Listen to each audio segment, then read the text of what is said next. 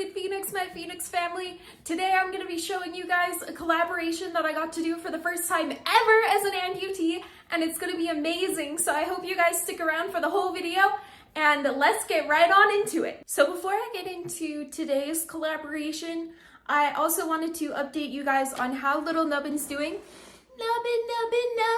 So things with my little Nubbin are going really well, and I'm able to get into my prosthetic leg for a few minutes a day, and I was able to play a little bit of soccer in physical therapy this week, which is something I haven't done in years. I haven't kicked around a soccer ball with my left foot for years, and being able to kick around a soccer ball with my prosthetic on was amazing. And it's something that I could only have dreamed of doing with CRPS, and so it was one of those moments where I felt like I really did make the right decision in amputating. While I keep forgetting to take pictures in physical therapy to show you guys, I'm very grateful for how well things are going with physical therapy right now, and I'm very grateful for the fact that I can wear my prosthetic leg, even if it's just for a few minutes, because at one point in my life, I really took walking for granted. And now that I've been through this experience of amputation and CRPS, I feel like I'm at a point now where I can really be grateful for the opportunity to walk again.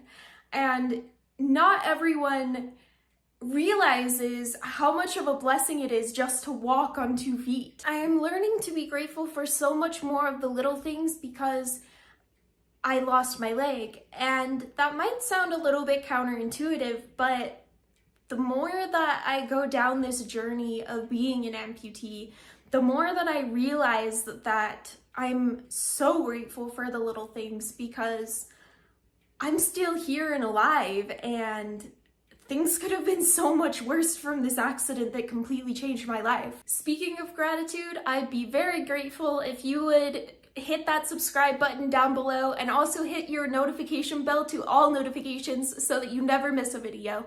I'm so grateful for you guys and every single one of you that has kept me going in this journey. You guys are the reason that I keep making videos, so thank you. So a while back, Zach contacted me from the channel called Turning to Him, and it's a channel where he gathers stories and interviews from people and puts them together, and he puts these interviews together on his channel so that he can share something uplifting and hopeful to the world on the internet. So he started his channel for a similar reason that I started One-Footed Phoenix. I started One-Footed Phoenix to help other people, to help amputees and non-amputees alike, to bring awareness to the disability community, and to share my story and inspire others through what I've been through. Before I roll the preview, I wanted to let you guys know that all of these clips have been used with permission from the channel Turning to Him, and thank you so much, Zach, for letting me use these clips to show my viewers what they have to look forward to. I am here with Amanda Phoenix. You probably recognize her from her hundreds of millions of YouTube followers and the channel that she has called One-Footed Phoenix. Amanda, thanks so much for taking time with us. Yeah, so I was riding my bike on my mission, and we were on our way to a dinner appointment, and all of a sudden, like, this car was stopped and they didn't see me.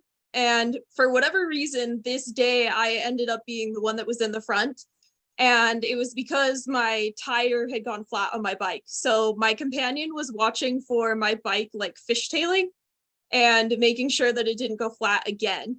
So I ended up in the front for that reason, and like any other day I wouldn't have been the one in the front. And so I ended up being hit by the car because they didn't see me. And then I ended up with a rare condition called complex regional pain syndrome, or CRPS. It's a condition where the nerves in your leg basically think that they're like getting hit and injured over and over and over again. And eventually my leg kind of like attacked itself, and it started going like purple, and it was like always swollen, and it was like unimaginable pain. Oh my gosh. Like, so-and-so, she got hit and like blah, blah, blah, blah, blah. And, you know, like I kind of remember her just being like, I remember hearing like hit, And then like I don't remember much else other than that, but I do remember her like kind of freaking out. I had been hit, everyone thought I was gonna be fine. And like at the time we didn't even know that my nerves were damaged. And so like I kind of like limped away. And so we knew like something was messed up with my ankle, but we had like no idea the extent of what was actually messed up. Today. Yeah, so the driver of the vehicle stuck around and I actually tried to hand them a Book of Mormon. Yes. Yes. This is how like little missionary me is like, Right. maybe you had to hit a missionary so that you would listen to them. Whatever it takes to Yeah, preach. you know. No one hollowed bumper will stop this work from progressing. So I remember kind of like sitting there in shock, being like, oh my gosh, like I just got hit by a car, and then like trying to give the driver of the car a Book of Mormon. And you know, and obviously they were like, nah, you know, like they were kind of like freaking out that they had hit me, but they took my crutches away after those 3 days and was like, no, you're fine. And this was the mission president's wife that was like, nah, you're fine, and took the crutches away after 3 days. And that was in and of itself like insane. Right. I mean, you don't have, you know, in my mind, you don't have a broken bone. And so, Right. yeah, the sprain and a lot of times you work through stuff. And at that point, I'm just like crying. I'm like, no, like Yeah. I need to stay. Kind of forgive this person because I went through so much like just mistreatment from my mission president. And sometimes it's harder to have the faith not to be healed. And in this situation, I eventually came to the answer for myself that I needed to have the faith not to be healed. And that was like a really hard pill to swallow and this stuff, and like, and not realizing like people are so imperfect and his doctrine is the one thing that is perfect. Am I here because of the mission president, or am I here because of the covenants that I've made with my Savior? My mission was the best time to throw this curveball at me. And I do believe that in a weird way, it was the best time to throw this curveball at me because I was at the peak of learning. I was at the peak of like wanting to know everything about the gospel. And I was at the peak of my faith, really. And so it was the best time to throw something like this at me if I had to have it thrown at me, when all of a sudden I was just like a returned missionary one day, and that was that. Like, yes. And realizing like it's really over. Tell me about that. Was that a gradual process, or did you say was there an event that kind of officially closed out your mission? Yeah, so the event that eventually closed out the doors to serving a mission was when I was diagnosed with CRPS. So for 6 months, you're still holding out hope. Hey, I got to get this wrapped up. I'm going to head back to Mesa. This is going to be great. Okay, wow. So you get the diagnosis. Yeah. What did you do to make it through that day? I mean, that's got to be a tough day. That was like the hardest day of all of this, I think. And I went to the temple a lot, and I did a lot of praying and a lot of soul searching. And sometimes I let myself just be angry at God for a little while because like I needed to get out all of that anger at first. And so sometimes my prayers were like, God, I am mad this happened to me. Yeah.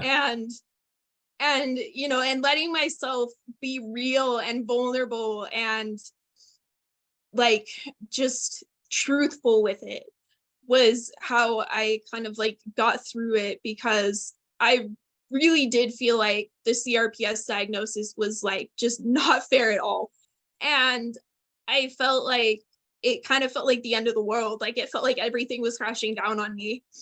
And the only thing that I had to hold on to was that foundation of faith that I had built while I was a missionary, trying to pick up the pieces of this shattered life or this shattered dream that I had to go back and serve again. When does it start to dawn on you that, hey, this is a long road. We're gonna be here for a while. Wow. Okay, so you mentioned this is pretty rare. I mean, I've never heard of CRPS.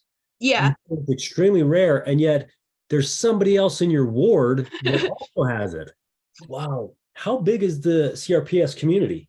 I was like curled up on the couch every day, pretty much like screaming from the inside out. Tell us about, I mean, this is quite a journey. I mean, everything from, like you said, young, active, single adult, missionary, down into a valley of trials, a number Yeah, of trials, and for then sure. climbing back out. Tell us about some miracles that you've seen. Tell us about how this has gotten you closer to the Savior. You can get through anything with God on your side. And that's kind of my motto of like, you can do it. You can get through anything with God on your side. It seems to me that you have chosen to remain on God's side. Yeah, for sure. God is unmovable. Well, thank you so much for just sharing this experience and the tough choices that you have made to stay with him when you had lots of opportunities to feel abandoned, to feel victimized, to feel like you were going to do this on your own, and you chose to stay on God's side. So, tell us real quick, what's the best way to follow your story? You mentioned your YouTube channel. Yeah, so I have my YouTube channel called One Footed Phoenix. I have my Instagram page that's called One Footed Phoenix. It's with like dashes. There's a Twitter account, Facebook as well. There's a Facebook page called One Footed Phoenix. Okay. Well, thanks again for taking the time, and thanks for being who you are and for sharing your experience. I'm sure that If you would like to see the full interview, go down to Zach's channel, which is linked down in the description down below. It's called Turning to Him, and the link will be underneath the title Turning to Him. Thank you so much for coming and watching this video all the way through. It really shows me as the creator that you care about the time it takes to create these videos, and you care about the fact that it takes a lot of effort to create these videos. If you would like to see the video that YouTube recommends for you, click over here, and I'll see you all in the next video. Thank you. Bye!